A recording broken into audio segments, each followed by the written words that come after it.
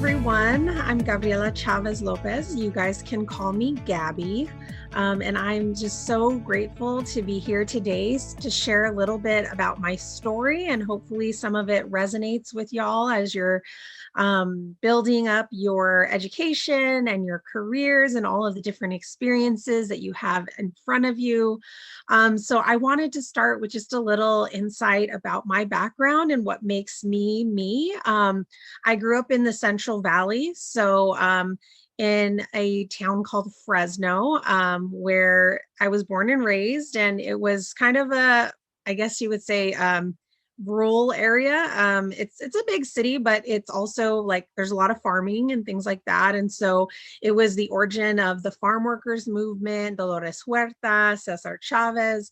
So I was raised in an environment that was a lot about advocacy and change and fighting for what you believe in and bettering your community. So I really had that growing up as a model for me. And so I always believed that if I wasn't, in agreement with something, or if I saw something that wasn't right, that I believed that you could change it and you could fight for justice in the different injustices that you see in your community. So I would say that definitely grounded me as an advocate.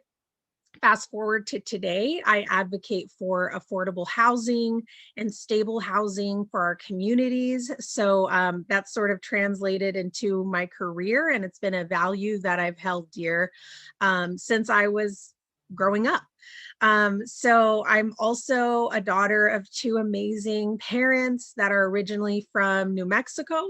I'm actually 12th generation New Mexican, so I have both Native American, Mexican, and Spanish influences in my culture.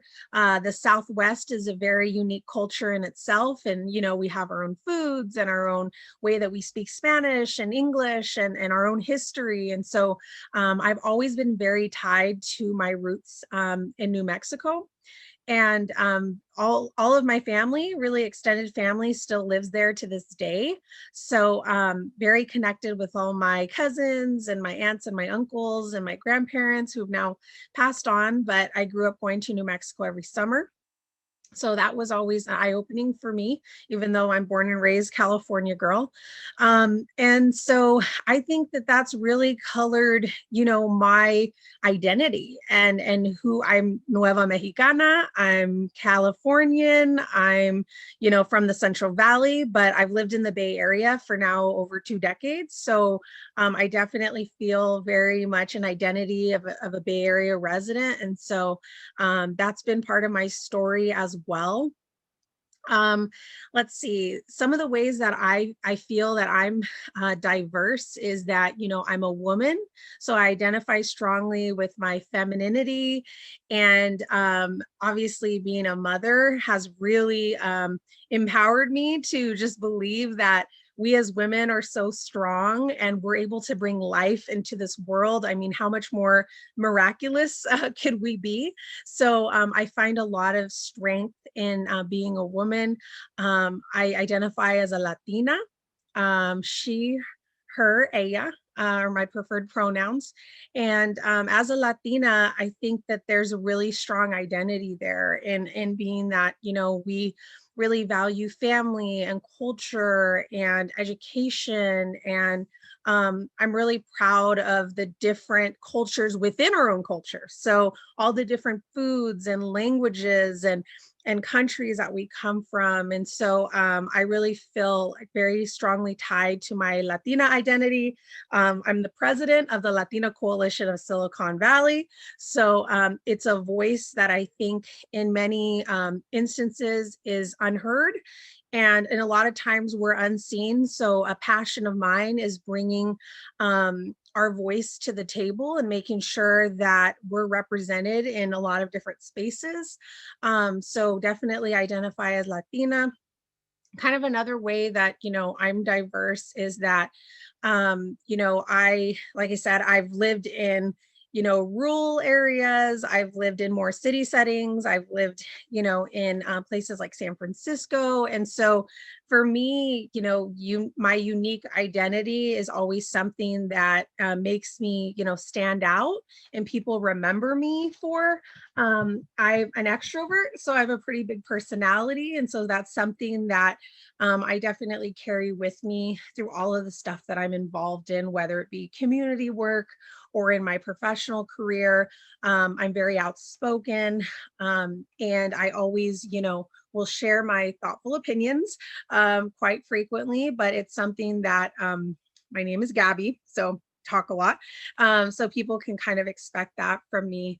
And I would say that like those unique attributes have helped me in my career because I have amazing networks. I have amazing Latino networks. I have amazing um, Caucasian networks. I have amazing Asian networks and Black networks, and I have a very diverse upbringing, and I've been exposed to a lot of different groups and cultures, and I've always been really involved in different things. And so I feel like I bring that to the table of any place that I work. Is that more than likely I know someone who knows someone. So I think having a really diverse network has helped me move forward in my career. Another thing is I'm very reliable. And, I'm really good to my word. If I say I'm going to do something, come hell or high water, I get it done. And I make sure that that's part of my brand and that that's something that I always deliver on my promises and on things that I say I'm going to do. And if I can't do them, then I just say I can't do it. And I don't get that expectation out there that I'm going to do it and I don't. So that's also something that's really helped me in my career. Um, I would also say that I'm very relational. And so I tend to get to know people. I build a relationship with them. I build that trust. And I'm very transparent and very authentic. And so I think that that's also really helped me in my career with just being very vulnerable in many spaces. And sometimes that can be hard, but at the same time, I feel like you have more to gain than you do to lose. And you kind of have to pick who you're vulnerable with. But if you choose wisely, it can get you really far. And I think people really connect to stories that are real and authentic and not sugar coated. And so I think that that's something that's really helped me along in my career. And, I'm really seen as a thought leader. And, if it's the media or if it's a friend or they know they're gonna get it straight from me, and I'm not gonna sugarcoat it, and I'm gonna be thoughtful about my response. But that's definitely something that's helped me in my career.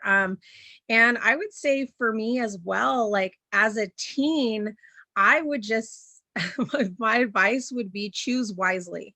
And just let that sink in for a second. Choose wisely in so many aspects of your life, your friends, who you hang around with, who you spend time with, some of the activities that you're involved in, like, choose things that make you happy and that make you joyful, not that you feel like, oh, I have to do this or I have to do that.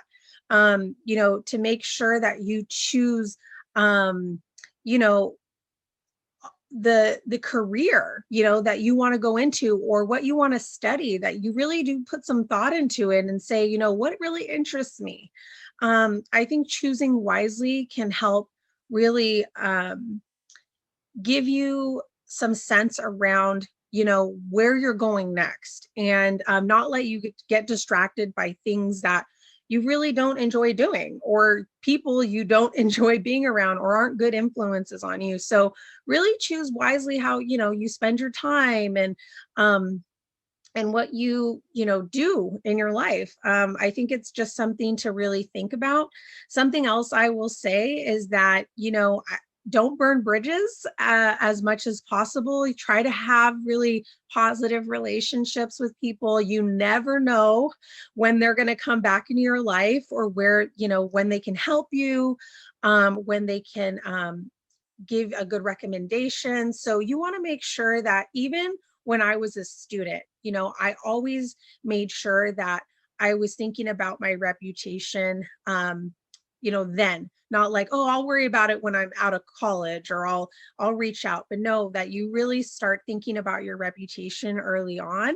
And even if that's just being an honest person, if that's just being somebody that people can count on, if that's being a woman or man of your word, those are all really important things to keep in mind as you're moving through your career and you're moving through school. And your teachers see it, your friends see it, your family sees it.